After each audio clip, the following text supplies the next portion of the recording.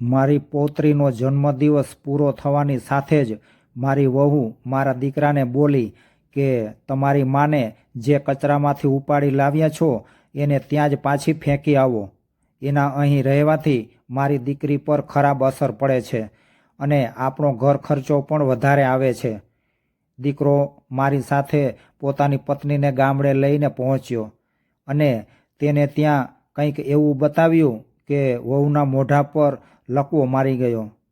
મનીષા, હું વિચારી રહ્યો છું કે આપણી નિરાલીનો 5મો જન્મદિવસ છે અને જો આપણે તેનો જન્મદિવસ આટલી ધામધૂમથી મનાવવાના છીએ તો માને પણ ગામડેથી ફોન કરીને અહીં બોલાવી લેવી જોઈએ. તે તો પોતાની પૌત્રીના જન્મદિવસ પર દોડતી દોડતી અહીં આવશે. આમ પણ બાપુજી હવે નથી રહ્યા તો ગામડે મા એકલી જ રહે છે. ત્યાં તેમનું એકલા મન નથી લાગતું એટલે જન્મદિવસના બહાને તે આપણી પાસે આવી જશે. અમિતની વાત સાંભળીને મનીષાએ મોઢું બગાડ્યું અને બોલી કે ગામડેથી તમારી માને અહીં બોલાવવાની શું જરૂર છે? આટલી લાંબી મુસાફરીમાં ક્યાંક બીમાર પડી ગયા તો તેમને કોણ સાચવશે? તેના કરતાં આપણે માને વિડીયો કોલ કરી દઈશું, પછી નિરાલી તેની દાદી સાથે વાત કરી લેશે. અમિત બોલ્યો કે તું આવું કેમ બોલી રહી છે મનીષા? આપણે બહારના ઘણા બધા લોકોને બોલાવી રહ્યા છીએ તો પછી મારી માને કેમ ન બોલાવીએ? અમિત મનીષાની ફક્ત એક જ વાત નથી સાંભળતો અને તે ગામડે રહેતી પોતાની મા. અમિત નૈનાબેનને ફોન લગાવે છે. નૈનાબેન તરત જ ફોન ઉપાડે છે. અમિત બોલ્યો કે માં, તમે કેમ છો? અમિત અને મનીષાના લગ્ન જીવનમાં બધું જ સુખ સાહેબી જેવું લાગતું હતું, પણ મનીષાના મનમાં એક અજ્ઞાત અહંકાર ઘર કરી ગયો હતો. શહેરની ચમકધમક અને મોટા લોકો સાથેના ઉઠ બેઠકે મનીષાની નજરમાં સંબંધોની કિંમત ઘટાડી નાખી હતી. નિરાલીનો 5મો જન્મદિવસ એ માત્ર એક પ્રસંગ નહોતો, પણ મનીષા માટે પોતાની પ્રતિષ્ઠા બતાવવાનું એક પ્રદર્શન હતું.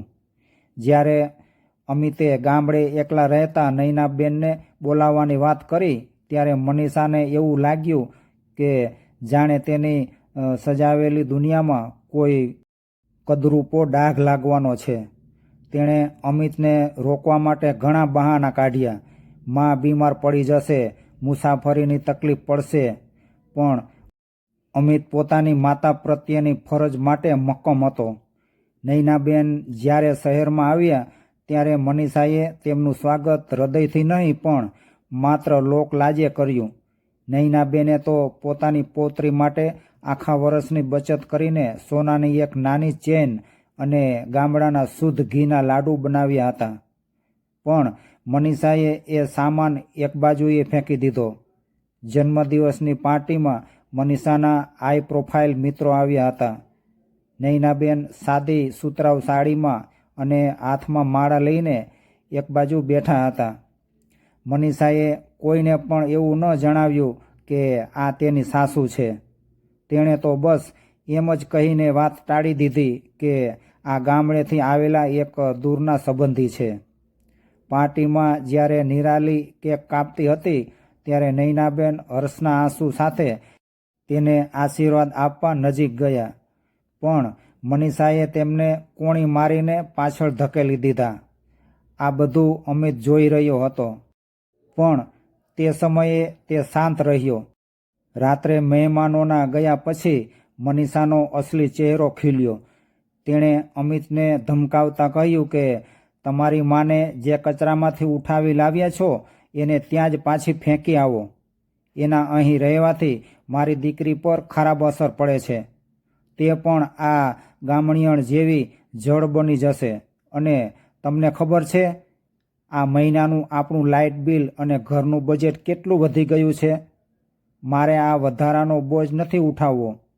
અમિતના હૃદયમાં આ શબ્દો તીરની જેમ વાગ્યા. તેણે એ વખતે નક્કી કરી લીધું કે હવે મનીષાના આ ભ્રમને તોડવો જ પડશે.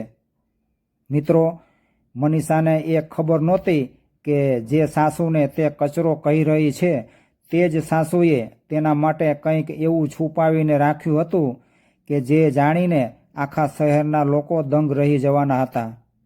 જો તમને પણ તમારી માતા વહાલી હોય તો આ વિડીયોને લાઈક કરી ચેનલને હમણાં જ સબસ્ક્રાઈબ કરો, કારણ કે આગળ જે થવાનું છે તે તમારા રૂવાણા ઊભા કરી દેશે. બીજે દિવસે સવારે અમિતે મનીષાને કહ્યું કે આપણે માને મૂકવા જઈએ છીએ. મનીષા ખુશ થઈને ગાડીમાં બેસી ગઈ. ગામડે પહોંચ્યા પછી અમિત નૈનાબેનને તેમના જૂના ઘરે મૂકી આવ્યો અને પછી મનીષાને લઈને ગામની બહાર આવેલી એક ભવ્ય અને જૂની હવેલી પાસે લઈ ગયો. મનીષાએ ક્યારેય આ મિલકત જોઈ નહોતી. અમિતે હવેલીનું મોટું તાળું ખોલ્યું અને મનીષાને અંદર લઈ ગયો. ત્યાંની ભવ્યતા જોઈને મનીષાની આંખો તો ફાટીને ફાટેલી જ રહી ગઈ. દિવાલો પર કિંમતી ચિત્રો અને જૂની પુરાણી પણ અમૂલ્ય કલાકૃતિઓ હતી. અમિત તેને હવેલીના એક ખાસ રૂમમાં લઈ ગયો, જ્યાં એક લોખંડની સેફ હતી. અમિતે તે ખોલી અને મનીષા સામે કાગળોનો ઢગલો કર્યો. અમિતે ધ્રુજતા અવાજે કહ્યું કે મનીષા, તે ગઈકાલે કહ્યું હતું ને કે માં કચરો છે, તો આ વાંચ. આ હવેલી અને આ ગામની 100 વીઘા જમીન આજે પણ માના નામે છે. જ્યારે હું નાનો હતો અને મારા પિતાના વ્યવસાયમાં મોટું નુકસાન થયું હતું ત્યારે આપણે રસ્તા પર આવી ગયા હતા. તે સમયે આ માએ જ પોતાના દાગીના અને લોહી પરસેવો એક કરીને આ મિલકત ફરીથી વસાવી હતી. તને ખબર છે, તારા જે શહેરી ફ્લેટનું તને આટલું બધું અભિમાન છે ને, એના હપ્તા ક્યાંથી ભરાય છે એ તને ખબર છે? માં દર મહિને આ જમીનનું જે ગણોત આવે છે ને, એમાંથી અડધી રકમ મારા ખાતામાં ચૂપચાપ ટ્રાન્સફર કરે છે, જેથી તારે કોઈની સામે હાથ ન ફેલાવવો પડે. તું જેને ઘર ખર્ચ કહેતી હતી ને, એ ખરેખર માની મહેરબાની છે. માં પોતે ગામડે એકલી રહીને સાદગીથી જીવન જીવે છે, જેથી આપણે શહેરમાં વૈભવથી અને ઠાઠમાઠથી રહી શકીએ. મનીષાના ચહેરા પરનો રંગ ઉડી ગયો. તે શૂન્ય મસ્તક થઈને દરવાજો જોવા લાગી. તેના મોઢા પર જાણે લકવો મારી ગયો હોય તેમ તે થીજી ગઈ. અમિત આગળ બોલ્યો, માએ મને કસમ આપી હતી કે જ્યાં સુધી તું દિલથી તેમને સ્વીકારે નહીં ત્યાં સુધી મારે તને આ મિલકત વિશે કાંઈ ન કહેવું. માં કહેતી હતી કે જો મનીષાને આ મિલકતની ખબર પડશે તો તે લાલચમાં આવીને મારી સેવા કરશે. પણ મારે લાલચ નહીં, પ્રેમ જોઈએ છે. પણ તે તો કાલ રાત્રે બધી હદ વટાવી દીધી. તે માને કચરો કહ્યો? ખરેખર તો કચરો આપણી આ માનસિકતા છે. મનીષાની આંખોમાંથી આંસુની ધારા વહેવા લાગી. તેને પોતાની જાત પર તિરસ્કાર થવા લાગ્યો. તેને યાદ આવ્યું કે નૈનાબેન જ્યારે શહેરમાં હતા ત્યારે તે તેમને વાસી ખાવાનું આપતી હતી. જ્યારે માં પોતે ભૂખી રહીને પણ નિરાલી માટે ફળો લાવતી હતી. મનીષાના મનનો અહંકાર પલભરમાં ઓગળી ગયો. તે દોડતી દોડતી ગાડીમાં બેસીને નૈનાબેનના જૂના ઘરે પહોંચી. ત્યાં નૈનાબેન એક ખાટલા પર બેસીને નિરાલીના ફોટાને નિહાળી રહ્યા હતા. મનીષા તેમના પગમાં ઢગલો થઈ ગઈ. તે ધ્રુસકે ને ધ્રુસકે રડવા લાગી. માં, મને માફ કરી દો. હું બહુ જ મોટી પાપી છું. મેં હીરાને કચરો સમજવાની ભૂલ કરી હતી. હું તો હવે તમારી વહુ હોવાને પણ લાયક નથી. નૈનાબેને કોઈ પણ ફરિયાદ વગર મનીષાને બેઠી કરી અને તેના આંસુ લૂછ્યા. તેણે હસીને કહ્યું કે બેટા, દીકરીઓથી ભૂલ થાય તો માં થોડી રિસાય. તું આવી ગઈ એ જ મારા માટે ઘણું છે. અમિત પણ પાછળથી આવ્યો અને પોતાની માને ભેટી પડ્યો. તે દિવસે એ હવેલીના બારણા ફરીથી ખુલ્યા. મનીષાએ નક્કી કરી લીધું હતું કે હવે તે માને ક્યારેય એકલા નહીં રહેવા દે. તે સમજી ગઈ હતી કે સાચું સુખ બેંક બેલેન્સમાં નહીં પણ વડીલોના આશીર્વાદ અને છત્રછાયામાં હોય છે. અમિત, મનીષા અને નૈનાબેન હવેલીના આંગણામાં બેઠા હતા, પણ મનીષાના મનમાં હજુ પણ પસ્તાવાની આગ બળી રહી હતી. તે દિવસે સાંજે નિરાલી દોડતી દોડતી તેની દાદી પાસે આવી. અને બોલી કે દાદી, તમે કાલે રાત્રે મને જે વાર્તા કહેતા હતા ને, એ વાર્તા અધૂરી રહી ગઈ હતી. પ્લીઝ પૂરી કરો ને. નૈનાબેને નિરાલીને ખોળામાં બેસાડી અને વાર્તા શરૂ કરી. બેટા, એક રાજા હતો જેની પાસે ખૂબ ધન હતું, પણ તેની પાસે પ્રેમ કરનાર કોઈ નહોતું. ત્યારે એક નાની પરીએ આવીને તેને સમજાવ્યું કે સોનાના મહેલ કરતાં માણસોના દિલમાં રહેવું વધુ મોટું છે. નિરાલીએ નિર્દોષતાથી પૂછ્યું કે દાદી, મમ્મી પણ એ રાજા જેવી જ છે ને? એ હંમેશા કહેતી હોય છે કે આપણે બહુ પૈસાવાળા છીએ, પણ તમે આવ્યા ત્યારે તો એ રડતી હતી. નિરાલીના આ શબ્દો મનીષાના કાળજામાં આરપાર ઉતરી ગયા. તેણે જોયું કે તેની 5 વર્ષની દીકરી પણ એ સમજી રહી હતી જે તે આટલા વર્ષોમાં નહોતી સમજી શકી. મનીષાએ જોયું કે નૈનાબેને નિરાલી માટે ગામડેથી જે પોતાના હાથે ગૂંથેલા કપડાં અને માટીના રમકડાં લાવ્યા હતા. નિરાલી તે મોંઘા પ્લાસ્ટિકના રમકડાં છોડીને એની સાથે રમી રહી હતી. બાળકોને બ્રાન્ડ કે કિંમતની નહીં, પણ લાગણીની સમજ હોય છે. મનીષાને એ વખતે સમજાઈ ગયું હતું કે તે અત્યાર સુધી નિરાલીને કયા પ્રકારના સંસ્કાર આપી રહી હતી. જો આજે તેણે પોતાની સાસુનો આદર ન કર્યો હોત તો કાલે નિરાલી પણ તેની સાથે આવું જ વર્તન કરવાની હતી. આ વિચાર માત્રથી મનીષા ધ્રુજી ઉઠી. તે રાત્રે મનીષાએ અમિતને કહ્યું કે અમિત, મને હવે સમજાઈ ગયું છે કે ઘર કોને કહેવાય. આ હવેલી કે આપણો શહેરનો ફ્લેટ તો માત્ર ઈંટોના બનેલા માળખા જ છે, પણ આપણું ખરું ઘર તો આપણી મા છે. હું માને હવે અહીં એકલા નહીં રહેવા દઉં. જો મા અહીં રહેશે તો આપણે પણ અહીં જ રહીશું.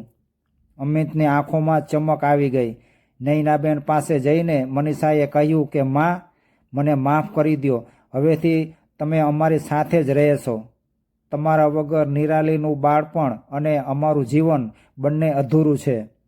અને હા મા, હવે ઘરનો કોઈ ખર્ચ તમારે નથી ઉઠાવવાનો.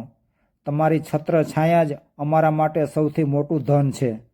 નૈનાબેને હસીને મનીષાના માથે હાથ મૂક્યો અને કહ્યું કે બેટા, મારે આ મિલકત કે પૈસાનું શું કામ છે? આ બધું તો તમારા માટે જ છે ને.